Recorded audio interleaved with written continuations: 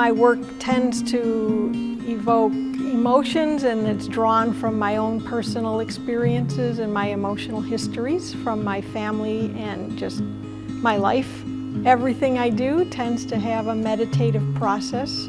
So felt making is very physical, hand stitching is very methodical, and paper making is a luxurious process. My work is largely based on a meditation practice that I've had. So I was very interested in how to take my experiences in meditation and make them tangible.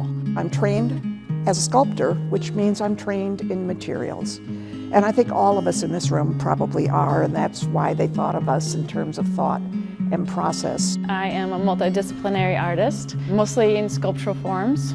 I am interested in areas of tension in the landscape and creating psychological landscapes inspired by plate tectonics and geological processes. Most of the work in thought process is created with paper. There are a few small, newer elements where I'm using muslin again and working without color to practice in form. From an early age, I've used art making as a form of healing, and I continue to do so. Making art allows me to be present in the moment. There's all these little gestures. You can see repetition, you can see pieces made out of many pieces to kind of come together to form a whole. So they sort of address unity from a distance, and then when you get close, you experience diversity. And so that has its parallels in us and in nature. My work is mixed media textiles, and what is unusual about it is that I work in an unusual field of textiles, which is digital embroidery. The things I do are designed in a computer in a piece of software. So you're drawing with stitches, essentially, and you get to choose colors, shapes, all of the things, and those get output to an embroidery machine. But what I figured out, because I am a sculptor, was that if I designed the pieces with folds delineated, I could make three-dimensional objects. They all start flat. They're just these weird flat things. But when I iron them, I iron the curve, and you get a three-dimensional curve. So when you walk by, you're getting light from different directions, which changes the hue a little bit.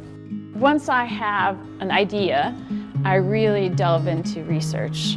A lot of times it's scientific concepts that I'm researching, and so I spend a couple of months finding out all facts, all details about it. And then I go through a process of forgetting intentionally, because I want to see what remains and what sort of images are distilled and what resonates with me. And then I start creating. And one piece often leads to another, and the entire concept for the show kind of falls into place. I appreciate Artistry for granting us this opportunity to show our work, and I'm excited to be paired with these three other phenomenal artists.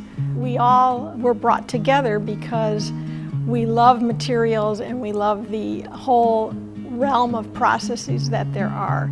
This is an opportunity to engage with things that you can enjoy from a distance, but you can enjoy even more by getting in really close. It's a very generous venue, and it's a great opportunity to look closely and to be really engaged. And that, I guess, is how you get really into the thought and the process.